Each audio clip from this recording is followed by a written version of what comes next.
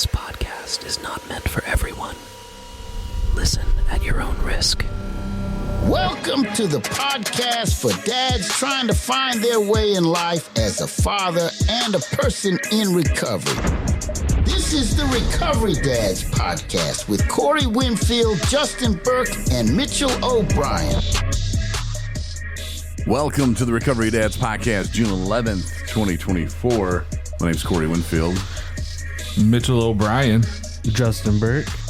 And we are set. This is officially our first episode. We did an episode last week, but it wasn't that good. The practice. We didn't have our intro. We didn't have our little segments set up. So this time we're going to do it a little bit different. That's good. And our topic today is actually we're going to get to talk about one of our stories of being in recovery and being a father. Right. Whose will it be? Only we know. That's coming up in just a few minutes. Then we'll get to our individual segments. Mine is called the Crib Check. The Brat Corner. In the DEA files. Yes, and we'll explain those too as the show moves along. But first, I'm going to hit you guys with something. I want you to just listen to this, okay? And then don't say anything, but just listen, and I'll talk to you about it after, okay? Mm-hmm. All right. Hi, I'm Jenny Lewis. And I'm Danny Vitaro. So you use crack or you're thinking about trying it. First of all, I think you better listen to what Danny has to say. Crack has not done anything positive for anyone that has tried it. Being strung out is not a game. So if you're thinking about using crack, don't do it. And if you use crack right now, do yourself a favor and get help now. Okay. I don't know. I think you guys are too young. I don't think you would have seen that on television. I remember ads very similar to those. Not sure if I remember that exact one. I had the boy from Growing Pains. Not Growing Pains. What show was? Who's the Boss? That's what it was. I had the kid from that, and he's probably 10. And the girl, I don't even know who that is. So you're talking like mid-'80s then? Early 90s, late 80s, early 90s. I was just born. Yeah, that's what I'm saying. Like you guys 86. are probably too young. But when is too young to put that on television? If you talk to people in the vaping industry, they'll say that their little no vaping campaigns is actually promoting vaping with youth. Because there's no ads on TV. You know, you might watch a movie and somebody's vaping or something, sure, but like they're the ones targeting kids with these don't vape ads during programs that kids watch. You know, like that's the only way they're hearing about vaping. Like if a kid has a parent who doesn't vape and only lets them watch kid stuff, that's how they're getting the messaging about vaping is by watching the commercials about don't vape. And they're like, well, let's vape. Okay, sounds cool to me. Well, I think what you said about when they're noticing, well, if we show these now, that's just going to show the kids about vaping. They're also going, well, remember when we did that crack thing back in the 80s and it got kids on crack? Yeah, I don't know. I mean, I wish we could talk to Tyrone, but he's unavailable right now. But because that was his drug of choice. And did I try crack? Sure, but that video that I had watched when I was a kid had nothing to do with it. Was the fact that I was already drunk and was like, whatever, man. Like I had that attitude when I was drunk. Sure, let's try it. So great, huh? Whoa. Whose stomach was that checking in? I think Mitchell's. My bad. Oh, dang. What's your stomach have to say about that, Mitch? Okay. So my point, though, here is, like, when do I let Parker actually watch television with commercials? I mean, here's another advantage of not having commercials. You know, you're not force-fed the crap that the government thinks is cool. And if you watch, and we're a nonprofit and we look at grants and stuff, but if you will see the grant announcements, it'll tell you, here's what you have to do and here's what you have to put in there. And sometimes there's anti-vaping ones for hundreds of thousands of dollars. And what do? Well, we're going to make commercials. We're going to run the hell out of them. And we're going to target like where the kids watch. And if you cancel your commercials or pay the extra $2-3, whatever, totally worth it. And I think that's just another huge advantage of not letting the government take over your household and your family. True. My son will watch me vape right down the stairs. There are the conspiracy theories that say that crack was created by the government to Oh, it take out was. certain Yeah. types of people. Yeah, for black people, because and it's not a conspiracy. This is truth. No, it is true. Because if you got okay, who did crack? African Americans, and that's who they marketed to, and that's who they targeted with it. Crack and coke are the same drug, man. Yeah. And if you got caught with coke, who did coke? White people with money. So those fines and the punishment for that was way different than crack. Crack, you get life in prison. Coke, oh well, it depends how much, but it was definitely a different punishment. That's like saying, hey, you get caught drinking Miller Lite, and you're gonna go over here. But if you get caught drinking Mickey's, you're gonna go down the road.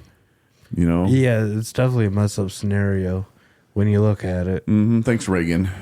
Appreciate that. Because one's powder form and one's just melted down till it's an oil base and cooled down so it gets hard. Yeah. So again, this is why Gen X needs to start running the world. Our grandpa's ways, that was cute back in the day. You really thought you were doing something, but you were just so oblivious to the world that you were clueless. You're so oblivious, you're clueless. Put that on a shirt. You should make one today. With an American flag behind it. Yeah, and then like some cents. This makes no, and then just some coins. This makes no sense. Is that going to be your campaign? Yeah. Then maybe the older people will vote for me too. They're like, that does make sense, doesn't it? That's awesome. He must be a Reagan fan. Let's go ahead and get it out. Again, we're not going to get political here, but I'm just saying. You're just going there lately. Like, just it's your favorite thing. Saying. Well, it is election year. Yeah, but seriously, like that's the stuff that's on television. I think that's a little too young to be talking to my child about crack. And I don't want the kid from Who's the Boss or Growing Pain or whatever the hell. I don't want him telling my kid not to do crack. Right. I like to check his record now and see if he ever smoked crack. I bet he did.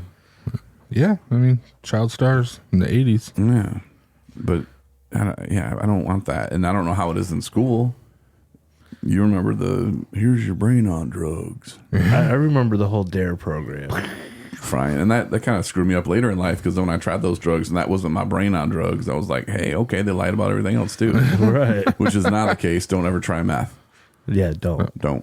Not Don't even personally try it. Not recommended. even. Nope. Not even. Well, I just It- want to. Nope. It Don't. ruined my whole life. Yeah. Don't. Not even once. But I'll just do it one time. Nope. Just stop. One time's just one too many. Yep, tried it one time, was immediately calling for treatment. Need to go right now because I'm thinking about doing things I would never do in my entire life. That's what they said in the ad you showed us. You know, if you try crack right now, get treatment right now. It worked Yeah. on you. Well, no. Well, that was meth, not crack. Yeah, that Oh. was meth. No crack. It was just this big black guy staring me down, and I'm going.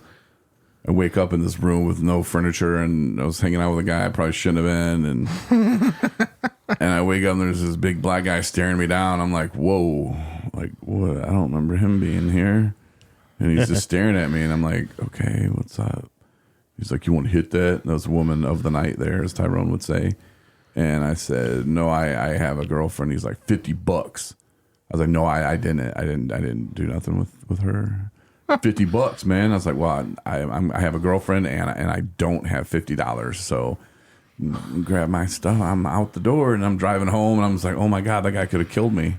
Yeah. Like I could have been his booty call that morning, you know, like there's nothing I could have done about it. He would have pummeled me. Don't drop the soap. Yeah, I was just thinking like I gotta stop hanging out with homeboy. Like that's the last time I'm hanging out with homeboy. Like that's it. Not doing it anymore. So that's what, you know, sent me to not do crack anymore. Is just like, wow, what am I doing with my life? Like, why am I hanging out with these people? Why was I even put in this situation? So So that morning was your crack come to Jesus. yeah, it'll scare the shit out of you. I wanted my shit in there still. You know what I'm saying? I think. Never mind. Yeah, just never mind. It's over the head. But yeah, so I just wanted to play that for you guys to get your take on when is too young to talk to your kids about drugs, and is that just a personal preference? Are you gonna do like me? Well, you guys are a little past that stage. You got 13 and 14-year-old. I think beginning teenager, like 12, 13, like somewhere in middle school is where the whole dynamic shifted for me. Yeah, I'd recommend doing Really? it before they're 14. Personally. What, like 6th, 7th grade. But doing what we do, Marty and I, he's going to know about drugs. He's going to know about all that. So I think we're going to be able to tell him a lot of things that we don't have to rely on the government to or the schools to. Why don't you get a homeschool him? I don't know, Justin. They have time to think about that. I have a 3-week-old baby. Well, I'm just saying. The But- agenda the government tries to push nowadays, I know, it's I- crazy. don't agree with it. Yeah. So I don't know. But I do know that I'm not, that's another excuse for me not to pay for commercials. Which I have to pay not to have commercials, rather. Just so that I can avoid all that. I'll be scrolling through Amazon Prime and it'll be like, watch this movie free with some other app with commercials. And I'm like, Nope. nope. Not- That'll be a movie I wanted to see. And I'll be like, nope. I'll pay good. $2.99 and watch that some bitch right now. Right, sometimes you can buy them for like $3.99. Yep, pretty much. So, but yeah, no, I think I should have had that talk with my son a little earlier because he's 14 now and we've started to have some bumps in the road, which we'll talk about. But I'm thinking, like Justin said, 12, 13, 6th, 7th grade. That's where I would have done it. But I also probably would have been more proactive earlier on in his life. Well, you were showing him when he was early what an alcoholic is, though. Yeah. So, I mean, you're kind of educating him, but probably That's how some of the talks have been now. Like, do you remember that? Like, you remember that? That is where you're going, and every once in a while we get that wide eye, like, oh shit. But You know what? When my grandmother told me that, I was like, that ain't gonna be me. I have it under control. No. What are you talking about? you know, Yeah, that was my attitude at 17 years old. Ain't gonna shove me. that's Justin. Wow. No. You know? But my mind too, it was like, nah. And I never saw it firsthand either. But when people were like, oh, I guess it really wasn't talked about till my probably late teens, early 20s about, oh, alcoholic or something like that. But it wasn't going to be me. It was, I'm too cool. I'm better than that. I'll stop when I want. I didn't understand addiction. And Right. I wish they would, instead of doing like these campaigns in schools about don't do drugs. Like there was one I saw in the opioid task force report, whatever, that they're going to, of course, fund the judges and the little program or whatever for the police to do the QRT team, which is great, whatever.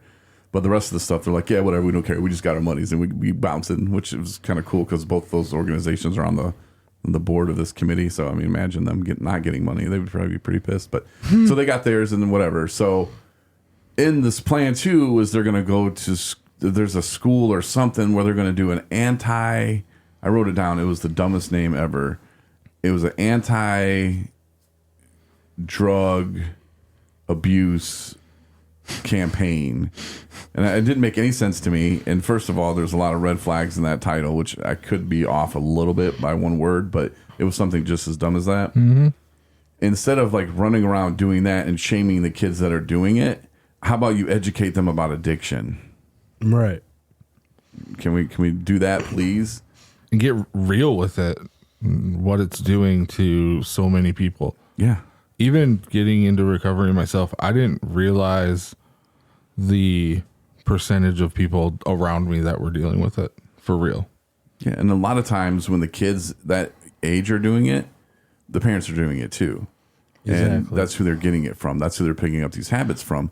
And a lot of times those family situations and those dynamics are not healthy. Well, clearly. And a lot of it is because the parents are on drugs. Do you think they signed up to be a drug addict parent? They're just trapped and don't know how to get out. And for people who drink, it's a tough one because now, say you are an alcoholic, you come to the terms with it inside, but you're not doing it publicly. But when you get the shakes and you got to keep drinking. Now, how do you go get help? Because if you go get help, CPS is going to take the kids, right? Mm-hmm. The family, everybody's going to look at you and you're just such a piece of shit. So you can't get help. So you just keep struggling along this path that is just going deeper and getting darker. It's a hard hole to climb out of. But if we taught the kids at an early age, look, this is addiction. This is what it does. Will it happen to you? I don't know. But if it does, you can reach out for help. Nobody is going to look bad upon you. Nobody's going to come get your kids. You know, or you can set the kids up with family if you need. You may not need to go to inpatient treatment. Maybe you can just do outpatient. You know, your work will work with you. You know, they will allow you the time off they have to. And if not, well, then get a different job. That one sucks. Yeah. You know, like you could fight it if you wanted to, but sometimes it's easier just to move on and go, I don't want to work for those people anyway. But I think that if the schools would kind of take that approach, and I think if we start working with organizations that go into the schools, which I know you guys are familiar with 217 Recovery and that program, Somewhat. they're going to maybe team up with a place that actually goes into schools and does that stuff, so that we can start going in there and talking to these administrators going, you guys got it wrong, bro. Like the whole crack is whack, and like these little commercials, like that's really not the way to do it. You know, educate them, be real with them, because kids love being educated. They do. Most of them, they love learning things, man. And in order to get your driver's license, you got to pass the addiction course. There we go. I'm on for that one. That's what's up. Corey for governor. We're already putting stipulations on getting driver's licenses in my household. So, yep. Why not? Might as well do that one. Yeah. And so that way they know. And then in 10 years or 20 years, when they find themselves slipping down that hole, maybe it doesn't have to go so far that they lose their house, lose their job, lose their family. And they can raise up a better generation of kids for the next moving forward, you know? Mm-hmm. We got government class. You know? Yeah. So I'd rather have addiction class than government class. Like, we had to take that son of a bitch, too. Not sure how I passed that, but I think it's easy to BS your way through a BS class. Yeah, that's true. But, How much of that was true? How much of it was really true? Don't remember none of that. Yeah. And then I took a course at college. And I was telling Marnie how easy college is now. Like back in my day, when I had to walk 80 miles through snow to get to the college, we had to take pencils with us and stuff. And when I went back to school, it was so easy. Like you just turn in a paper. Like one time I wrote a paper about nothing, and it was clearly not on the topic that she wanted me to write about, and I still got a C. And she said, "Well, this is really good, and it's not anything to do with the topic that we're talking about in class, but good job. Here's a C." I was like, "See, Marnie, like I can write about anything." And then the government class that I took, I did not open my book one time. I got an A. College course. What's up? Yeah, this kid's got it easy. No. Yeah. Yup. Back in my day. What are you going to be when you grow up? Influencer? No. Nope. Yeah, the influencee is how it worked in my life. Yeah. So anyway, that's just a little something for you guys to ponder. And yeah. If you got any questions or concerns, you can email us about that, or if you have something you want to chime in on, we do have a web page, recoverydads.com. We have our bios up there. Make sure to read those. Mm-hmm.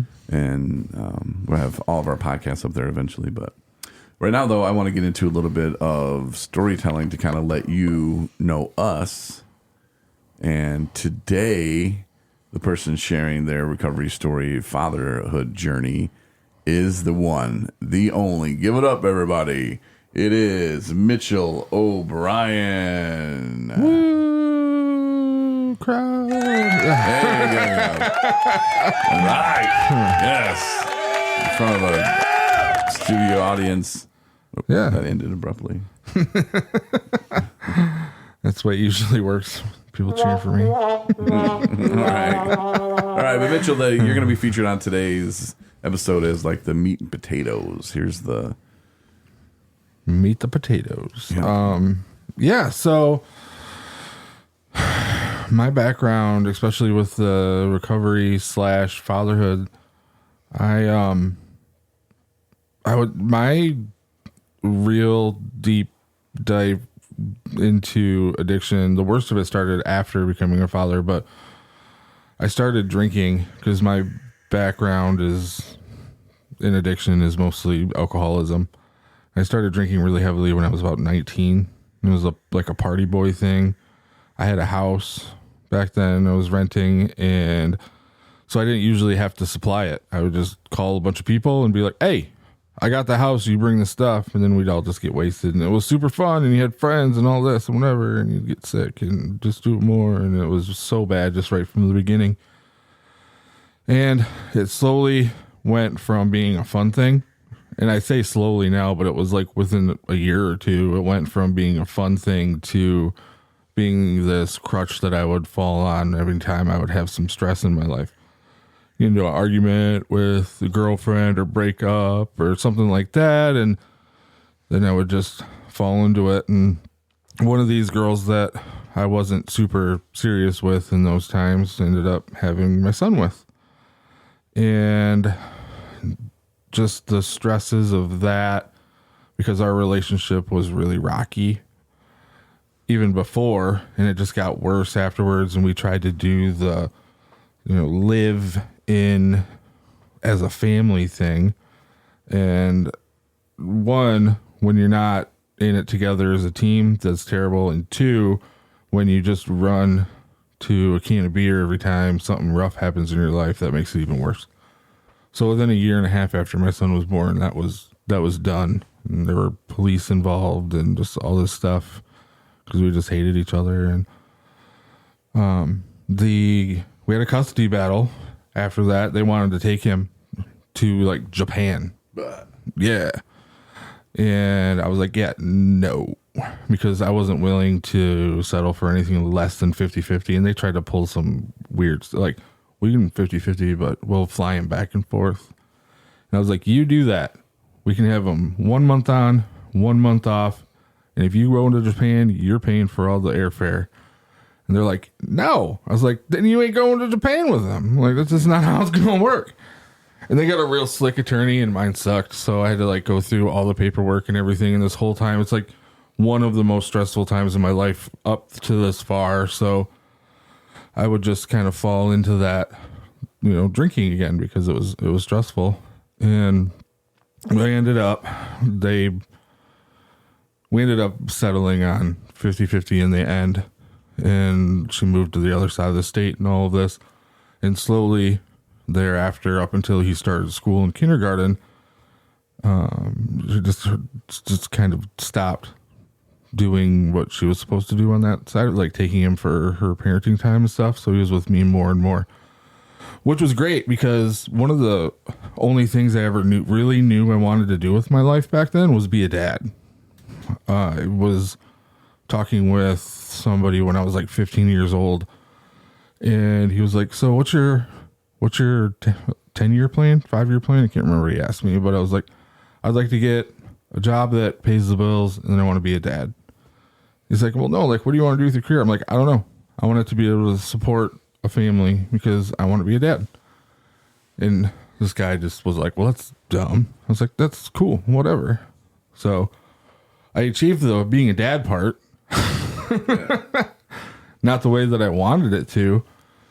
But so my son and I have been, a lot of support from my family, which has been rocky too, but also very helpful throughout the years. And just, my whole goal was to have a family, husband, wife, kids. And now I kind of wanted to supply that lifestyle for my son. He was having less and less support from his mom's side of the family. And so it was putting more and more pressure on me to have that mother-father figure in a home for him. So I was putting more priority on finding a partner than anything else. And so I'd get into a relationship and it would go to shit. And then my addiction would take over. And every time it would get worse. And then I would hit what I thought was a rock bottom and go, oh shit, I need to figure this out. And somehow, I tried a couple different therapies. For some reason, inpatient treatment just was never on the table for me. And I don't know, I was probably more, I didn't dig into it enough to find it, because there's one like right here in my hometown. But I tried AA at one point, which I just wasn't ready to even accept that. And I held resentment against AA because it didn't work for me for a really long time. But I came to realize that I wasn't ready to accept it, because when I did finally get sober 3.5 years ago, I've come to realize now that it was all the same stuff. It was all the same principles as the 12 steps. I just did it a little bit different. It was presented to me a little bit different, something that made more sense to me in that moment. So I never had the right to be like, hey, it didn't work for me. Like that was bullshit. But yeah, so I was trying to make this basically a household, like this family dream, white picket fence, more because I wanted it, but also more for my son at this point.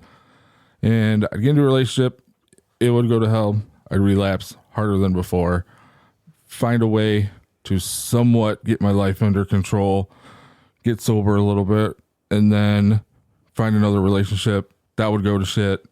I would relapse even harder until it got to the point where I was so unhealthy physically and emotionally from that cycle that I wasn't attractive to anybody anymore, and I definitely wasn't good for anybody anymore. And I came to that conclusion, like, I am not a partner. And that's when it was like within the last 5 or 6 years when things got really bad. I gained a lot of weight, started drinking the heaviest, and within that, just if it wasn't for my family, I don't know where my son and I would be now. They really stepped in and made sure that we were together in that time. And he saw some of the darkest parts of it. There were times where Daddy didn't wake up when he got home from school because Daddy didn't have a job, and or Daddy's being taken to the hospital by the EMTs because we think he's dead, passed out drunk. And he started to understand what was going on at what some people might think was, an average age, but I don't know. I just don't think that a 7 or 8 year old kid should have to go, oh, Daddy's got the clear bottles with the red tops again, so it's not going to be a good night. But yeah, so eventually got sober, started taking accountability for my life, stepped back into his life. And I never actually stepped away from his life, but I was actually attending it now, like how they say, like attending a conversation. I was attending his life again. And it's been rough because in most of the formative years of his life, I wasn't actually attending him. I was making sure he was surviving. I made sure that somehow there was a roof over his head and there was food on the table for him, but I wasn't attending his emotional needs, which hit me pretty hard because that's the way my father was. And I always tried to be better, but I realized that bare bones, I wasn't attending his emotional needs like I wished mine were when I was a kid. And so that's something that I've been trying to work on in these last 3 years is really be there for him. And there's a lot of stuff manifesting now that I think are directly related to him living the life that he's lived. 1, with an absent mom. 2, with a dad who's been, just deep in alcoholism for 3/4 of his life. That's a big deal. Those were like formative core memory building years. And he's starting to experiment himself. He's gotten in trouble in school a couple times this year. Before that, he kind of had an attitude like, well, this ruined my dad's life, so I hate this stuff. But I remember being a teenager, and I went through an experience where a very close family member was hit and killed by a drunk driver, and I was 15, and I had that same attitude for a couple of years, where if you were a drinker or on drugs, you were a bad person, because a bad person like that took my grandmother away from me. And it didn't matter. Within 5 years, I was one of those bad people in my head. is how I felt. I don't feel like addicts or alcoholics are bad people now. I think they definitely can be, but that's a different podcast. Yeah. You know. So I'm seeing him kind of go through this transition of he hated it because he saw what it did to me to now he's kind of falling into it just like I did. And it's tough because I feel like I can discipline him. I can take stuff away. We can have the talks. And I'm balancing on this. What do I do? Or is he going to have to figure it out on his own like I did?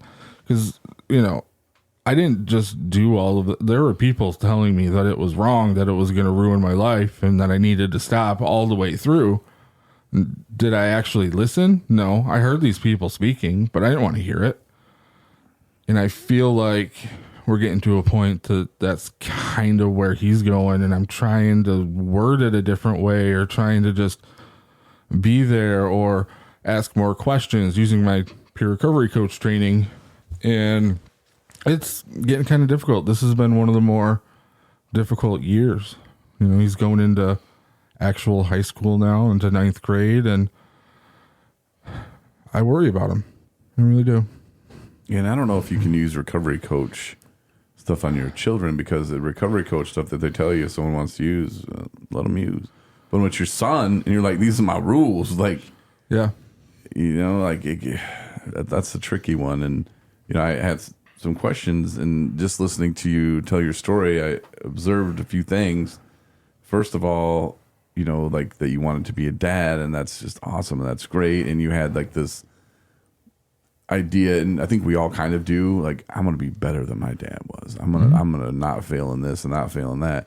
And then you found yourself kind of addicted, and depression, I'm sure, was a huge part of that. Big time. And then when you look at the scorecard and you're like, well, I'm not really matching up with dad even, you know, and I don't have a job and I'm sleeping all day, you know, like that's probably a huge failure moment for you.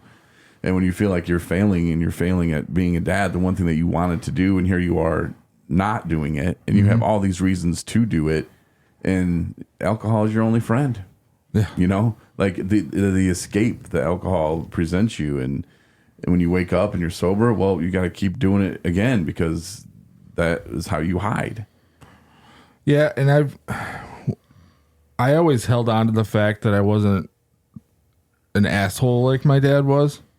My dad was a hard ass with me, and I was always softer with my son. I didn't have angry outbursts, even when I was drinking. Like, that wasn't a thing. That was something that my dad did. You know, if anything inconvenienced him, that day was ruined, he'd punch a wall or something and throw something across the room, or you know, hit us or something. You know, it was just something like that. And so I vowed very early not to be that way, and I even held to that even when I was drinking. Mm-hmm. But then one thing is, you know, my dad always had a roof over our head, and I had to rely on other people for that. And he always had a job. And I struggled with that towards the end. In the beginning, it was easier, and I did that pretty well. But towards the end, it was, you know, it was all falling apart. So it's like trying to hold on to these, like, I am better than my dad in these things, but there's just all this other, like, crumbling. It's like the bridge is crumbling as I'm trying to cross it. So it's, yeah.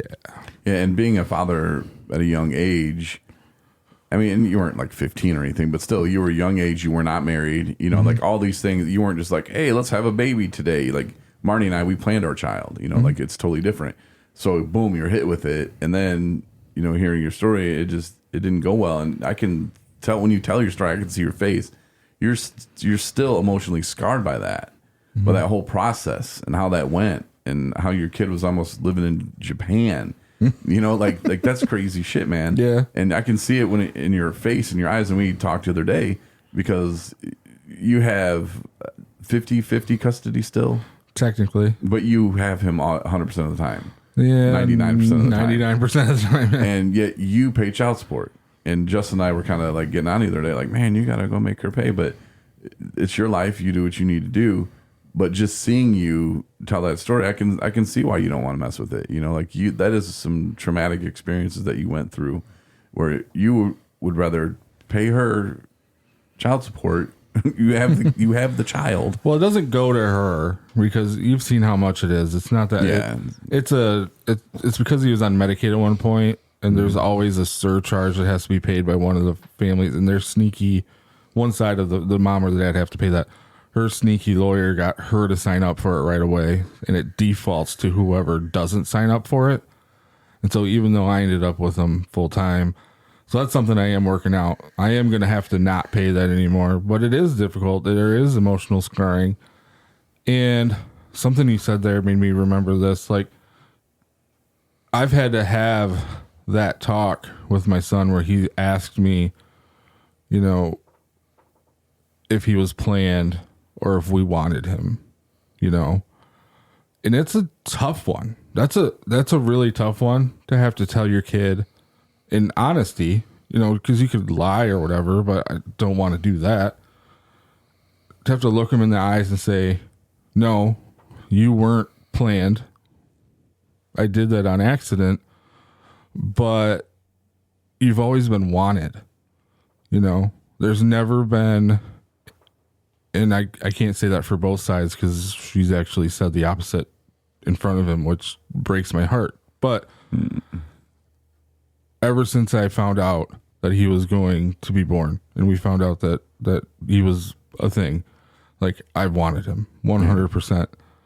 And just for him to doubt that, and I'm sure that my actions with my addiction didn't help at all. Right. And just kind of made him feel even more doubt with that. It really sucks. You know, the worst days that we have now I'll joke about it. Like when I was like, hey, you want a 14-year-old fixer upper, you know, that one time. But, you know, that's all a joke. And, you know, the worst days we have now still don't make me doubt that I've always wanted him in my life. Always. From day one until now. And to actually have to have that conversation. It's like I knew it was going to come someday just because of how things happened. But to actually have it, you know, fall on your doorstep, that was a tough day. It was. And to be older now and you know, like, he's going to be a man one day. Like, you guys are going to soon watch football, you know, like, or whatever it is you do. I mean, probably something better than watch football, but like, you'll have this, he's going to have a child one day. You know, you're going to be a grandpa one day. Yeah. You know, like all these things you can see because now you're older and you can see it. But do you remember how long it took to turn 16? It took forever. And he's almost there, man. And he's only 14 years old. He's tall as me. Time was moving so slow. Yeah. So if you rewind that even back and say, you said 5 years ago, you know, you were probably the worst ever. He was 9, 10 years old. Mm-hmm. I remember a lot when I was 9, 10 years old. Yeah. You know, and to go through that phase of your life. And like I said, it seems like it's forever. So to him, it wasn't just 3/4 of his life. It was forever. Daddy was messed up. Forever. Hold on, I got to turn Darth Vader's mic on. Right. Sorry, I heard some breathing over there. Yeah, I saw that. So I was like, let me just mute Vader here. You should put your headphones on so you can hear that. Again. Were you saying something? I was just agreeing with you. Oh, okay. I was going to say something and now I forgot what it was. Oh. Sorry. No, it's all right.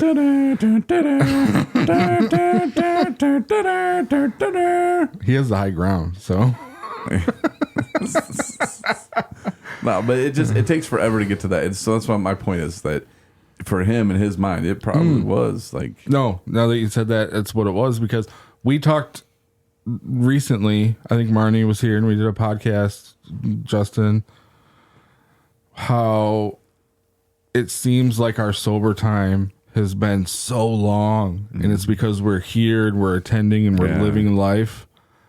When before that, it felt like nothing. It's like almost empty and like it went really fast. And it's because I was always messed up trying to check out a reality. Yeah. And I have to remember that he wasn't. Mm-hmm. So that did take a long, and I have to, you kind of have to remember that for everybody that was in your life at that point. That's why when your healing doesn't match how other people start to trust you again, you know, you feel like sometimes, or at least I have. I feel like I've come a long way, and then there's still people that are doubtful. And it's like, well, I've made all this progress. Well, you got to realize that they experienced that time where you were messed up completely different than you. Mm-hmm. So that's a big deal. And that's one of the things that we're dealing with right now. We haven't gotten to the point where when I find a weed vape on him or something like that, or he's like, well, you were this way, so why can't I? I dread that day. I feel like it's coming. I really do. When we have the talks, it's usually I will go to, you saw what this did. You saw what this was doing and where we are. I mean, do you want to be this age at this stage? Your potential is, my potential was, and I go kind of those places. And I just hope that something penetrates that armor of the stubborn teenager and gets to his head. But we'll keep up to date with all that and how it's going with the DEA files. Yeah. A report. I can't remember what it's called. The files. Yep. But anyway, with that being said, we'll go ahead and kick off our first segment. Now it's time for the crib check with Corey Winfield. Okay. And the crib check. 3-week-old baby. 3 weeks ago today, we went to the hospital. Yeah, we were going to have baby, and then it actually turned into the next day. So tomorrow, technically, gets us 3 weeks, but it's all good. Today, this morning, they say babies will just smile, right? Just beep. But it's like, Marnie calls it the Jesus smile because the baby has no idea it's doing it. It's just moving muscles. Well, this morning, I asked a little son Parker if he was going to be good for mama or something. And he looked at me and he smiled. And then he did a laugh, like his whole body, like he was laughing. It wasn't just a normal smile. It was like, I was like, what? Did you just laugh at Daddy? So this brought me to the realization of something that you guys could probably look at me and go, yep, of course, is the firsts. I'm like in the zone of the firsts. We're going to get the first words eventually. He's going to get his first teeth. He's going to pee in the toilet the first time. He's going to take his first doo-doo in the toilet. He's going to fly his first drone. He's going to do his first podcast. He's going to watch his first movie. Like all these things he's going to do for the very first time. We gave him his first bath, just all these things. It's just, we took him for the first time out. Went to Meijer. Woohoo! Very exciting. And I thought timeout was going to be something else. I was like, you putting that kid in the corner already? Maybe. And he does this thing too, where I think 100% he gets it from his mother. It's a temper tantrum is what he throws. And like he did it to me the other day for the first time, and I thought he was having a seizure. Like his little face turned red. He just had this angry look on his face, and his little hands were balled up, and he was just shaking them. And then this is neat. You playing background music here? Is that me? Then his baby legs was shaking. Is that actually me? I like the sound of it though. Yeah. It won't stop. Can't stop because it don't stop. I don't have background music to tell my seizure story, Mitchell. Well, it won't go away. Yeah, good job. So he gets his little hands going. I turned my sound off before the. Clearly you did, Mitch. And his legs are shaking, and he's just like. And I was like, oh my God. I was like, what are you doing, man? So I pick him up, and he kind of calmed down and put him right down. I was like, dude, you got to breathe, bro. And Marty's like, what? And I was like, he was having a seizure. She's like, yeah, he does that. I was like, what? When? Like, he's done that to me. He gets really mad. I'm like, about what? He was getting the doo-doo diaper changed. Like, he should be happy. Maybe he still had some more need to come out. Right. Maybe he's like, hold on, Dad, let me get this last bit out for you to waste the diaper again. Marty had that happen for the first time, too. She changed his doo-doo, put the fresh diaper on, then her... She's like, oh, another diaper. And she changes that diaper and then goes to put some clothes on him, looks down, and then there's the blue line like he had just peed. And she's like, I just put this diaper on less than a minute ago, dude. I'm like, well, at least they made it in the diaper, not on the bed again. Yeah, he was waiting for a fresh place to go. Yeah. Right. I like that fresh diaper in my PPO. Nah, but that's what I found out about. It's just like I have to enjoy those moments, and that I'm in the firsts stage, we'll call it. Just a bunch of firsts, and it was just so cute this morning when he smiled and then just did the like belly laugh, like he was moving, like ha, ha, ha, ha.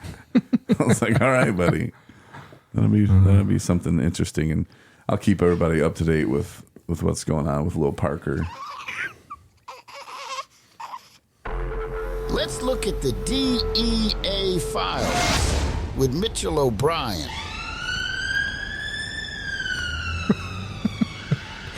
That's so fitting. The DEA files.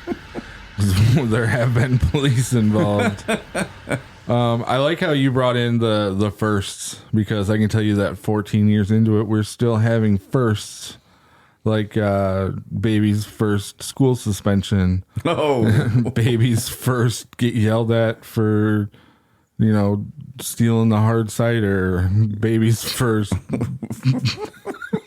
baby's first weed vape found on him. oh, Baby's first minor in possession. How much you want to get into it. But actually, things have been kind of looking up lately. Ambition with him has been a little difficult, and he doesn't like to show a lot of that. He gets really bored with things that he's not interested in, so he is very capable of doing better in school, and he will test high if he gives a shit. But then he doesn't, so then he just doesn't assert himself. And recently, though, he's been very ambitious about wanting to get a job, and the motives behind that are questionable, but it's ambition, so we're going with it. weed vapes cost money. Yeah, that's where I'm going. So The alcohol costs money too. yeah, so I've been making him put the work in. He asked me if I could ask so and so and so and so to be references, and I was like, no, you gotta do that work. That's part of it. You know how that works.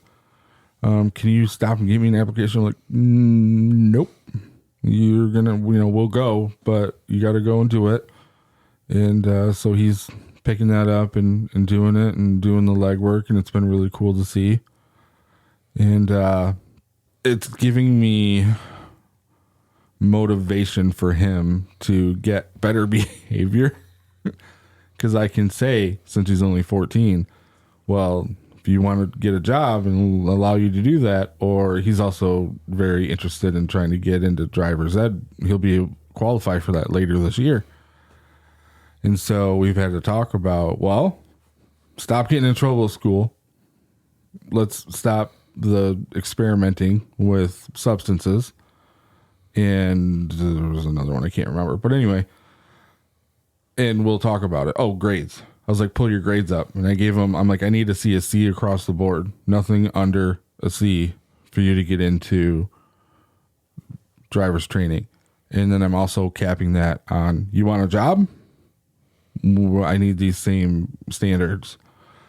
So he's picking it up. He's doing it. We'll see how long. There were times where I had stipulations in my life and I tried to wiggle my way around them.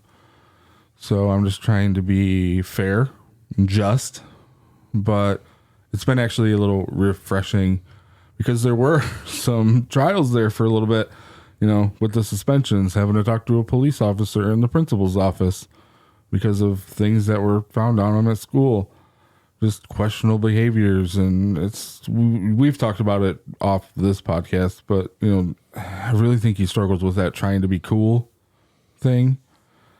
And so he does stuff like that. But as for now, the DE files are projecting in a good direction. So He's just getting better at hiding it. yep. Wait till he discovers sex. He's gonna shove me. It's now time to turn to the brat corner I'm gonna be flying. You mean? That's what makes me want to take the next bitch car. with Justin Burke. What now? I'm sorry, I didn't get that. Are you speaking English? That's why you were doing that the other day. That is so funny. Yeah, my little brat of a 13-year-old. I kind of made her that way, though. I mean, during my course of addiction, I was kind of in and out of her life. But when I was in there, I gave her anything and everything she ever wanted, pretty much. And it's playing hell with me the older she gets. Because she's like, I want this, Dad. And I typically try to get it for her. And when she don't, she goes home and acts a certain way. And she tells me I'm the cool parent when she's like, she just acts out at home all the time. And it's like, No. you gotta be good at both homes. You just can't be good at one and go home and punch your grandma in the face, because she does that. You gonna insult me? No. But she's at that age, where it's like Mitch is saying, it's working on trying to get her grades up so that way she can be able to do things in life, like get a job and everything. I remember when I had to go get a work permit, the amount of hours I worked was based off of my grades. That's how the school was set up originally, but that was 20 years ago. Not 25. I feel really old now. But, it was based off your grades and how much you could work. If you're failing your classes, you couldn't get a job. They would actually call your employer and be like, you can't work. And I tried to explain that to her because she wants to go get a job this summer and work. And it's like, for one, you're not old enough yet. And for two, you don't have the ambition in school to even pass your classes to even do this. And so it's created kind of like a little monster, But I think we kind of figured out something the other day together. Because your daughter, she fell and busted her 2 teeth. Yep. Her front teeth. And she's 13. I mean, the boys are coming around, like everything's changing in their body. They're going through this weird phase. And the fact that, and she lives with her mother. You get her on the weekends. Yep. Every weekend. And for her mother to go through that, and I shouldn't be stepping in your life and your situations, but this is a podcast. And if her mother would like to call me, I would talk to her. Me, I don't give a shit. I'll tell her, that's unacceptable. But this could be a good way to move forward with her. This is what your responsibilities are. This is you grabbing the bull by the horns, as they say, and taking not accountability, but responsibility for making sure that, that her dental's okay. Mm-hmm. And so that, kids aren't going to make fun of her, and that is huge. And I think if you sat her down, like, look, we're going to get this done, but I'm going to need you to do some good grades. I bet you shit turns around like amazingly. I would bet you $8. Only 8? I feel pretty confident. Normally it would go like $1 or $2, but $8. Yeah, $8 bills, 8 ones. They get a 1 stack on that. Get 8 1 stacks on that. I'll pay you all in pennies unrolled. Makes it seem like it's more, doesn't it? It sure does. Sure does. Oh man. No, but I think that has a lot to do with it, though, and the fact that the father in you is stepping up to be like, look, okay, I have a life, I'm busy, I got crazy stuff going on, but so does she, and you got to stop to think sometimes, like, why is this bad behavior happening? Like what's going on here? And I know this one kid was like making fun of me because I had some Reeboks on one time. He was like, poor people buy Reeboks. I was like, Mom, I need some Nikes. I did. I didn't want to go to that class with that dude in it. He's dead now. that's what we gets a laugh there, buddy. People today are paying like $300 for Reebok pumps now. Yeah. Mm-hmm. Isn't that crazy? Mm-hmm. But just the fact that if someone makes fun of you, you don't like that person, and you feel inadequate, and you don't want anybody to see you. If you get good grades, sometimes the teacher will call on you a lot. Well, I don't want to be called on, so I'm gonna act dumb and not do it. I started getting nice shoes in Prison school or jail. In school was Crocs. The fact I would wear. I was always a big kid, anyways, and you buy cheap shoes, you can wear them out pretty fast. Well, I'd just go out and just totally trash them on purpose. I'd go ride my dirt bike in them. I would just ride my bike and then use my foot for a brake. Just all kinds of things. Just My dad would have been like, "You just got new shoes. Deal with it." And then you got a new pair of them cheap shoes. nope. My mom was like, well, if BOGO. you finally take care of a pair of shoes, I'll get you something nice. And she did. You took care of them. I did. Yeah. Because I enjoyed having nice shoes. I didn't get nice shoes till I started paying for my own. Coming from a family with 4 of us boys, like it was pay less BOGO. That's where we got our shoes. Kmart blue light special. Like, that's how it was back then. So y'all know what I'm talking about. Yep. I had to walk to school when I was in kindergarten. Isn't that crazy? And see, back then we didn't have no Amber Alert. I mean, that's why Amber Alert happened, you know? That's why we have that, poor Amber. But for real. And like all kinds of vans driving around in the 80s, late 80s, you know, like Free my candy. little ass 5 years old, 4 years old, walking to the preschool. My mom's like, you didn't walk that many times. My sister can't believe it. Like she still drives or has my mom drive my nephews to school. I think one's 12, the other one's 9. I'm like, What? Yeah. Get out of here. And the school is from here to that house away. I'm pointing out my window of my office right now. There's like a fence and there's a house on the other side of that far away. Walk.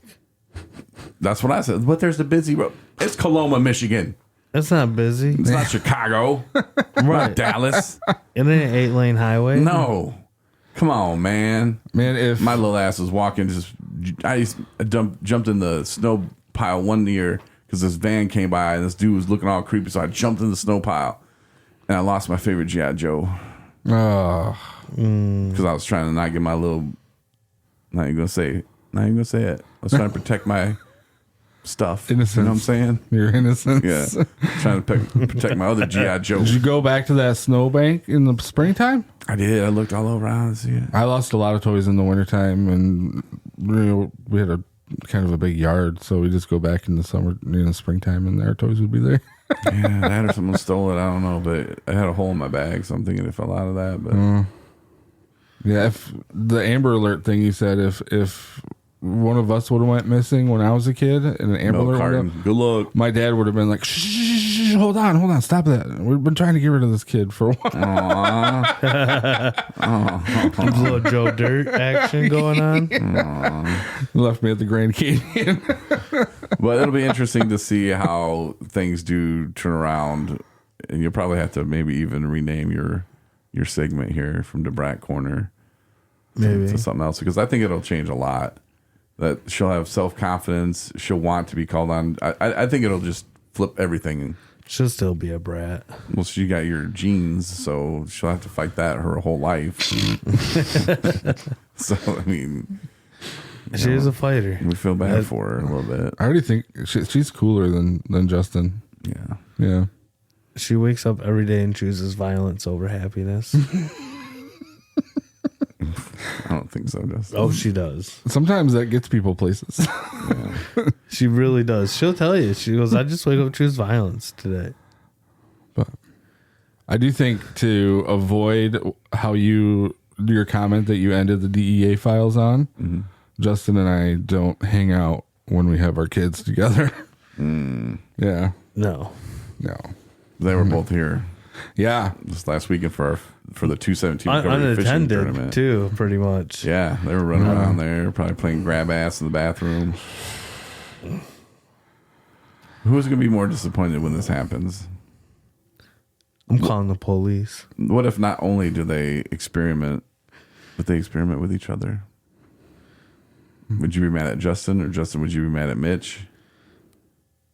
Wouldn't be mad at Mitch. I'll just slap the shit out of his kid. Whoa. I think Mitch will smack shit out of you. The problem is when I've been around Justin's daughter, she's been a good kid. Yeah. So I don't really have a problem with her. But if something happens there, I'm going to be like, you just attached me to this mother. This would be awesome. I hope it happens one day. Not soon, but I hope it happens. That would be awesome if you guys both become grandparents on the same day. Wow, Corey. I think that would be freaking sweet. My kid's not going to hear the end of it. And I'm like, him. I was like, you chose to stick me to him. Like, Dad, you don't know what it's like having him as a father-in-law. I don't even want to hear it. Deal with it every day. He's trying to have a conversation with me the other day. I couldn't understand what the words he was saying. They didn't make any damn sense to me. Something was a flacalicious something. I was like, I don't even know if that's a word. The way he mispronounces words is tremendous. Wow. I don't have to take this abuse in life. But you do. Every day. Every day. Every day. Yeah, I'm going to D6 today. Okay, I'll drive you. Sweet. Get some new socks. Yeah. You got grippy ones. It's private. I'll pay, be out in though. 72 hours. Every $10. Last time I tried to do that back in the early days of recovery, there they didn't want to take me. Yeah. So there we go. Yeah. You can't just drop in there and say, "Hey, admit me." They're like go look at you and make you talk to them and go, "You don't need this. Get out." Yeah. You're not crazy. You eating crayons yet? No. Mm-mm. I look windows. Oh, they're like, that doesn't qualify you anymore. No. Damn. This ain't the 80s no more. Get out of here. Damn it. The bar's been lowered Whoa. or raised. I don't know how that works. Who knows? Depends how you look at it. But anyway, thanks for tuning in to the Recovery Dad's first official episode. And next week, we'll get Justin's story on being in recovery and being a father. And then Sweet. we'll check our weekly reports as well. But yeah, thanks for tuning in. RecoveryDads.com is our website. We do have a Facebook page as well. I think X is something we're working on, and the gram and all that. But check us out. We're going to have updated pages of our stories and our lives and fatherhood. So appreciate you coming along for the journey. Thanks, guys. Later. Thanks for listening to the Recovery Dads podcast. For more about Recovery Dads and to watch videos of the crew, log on to recoverydads.com.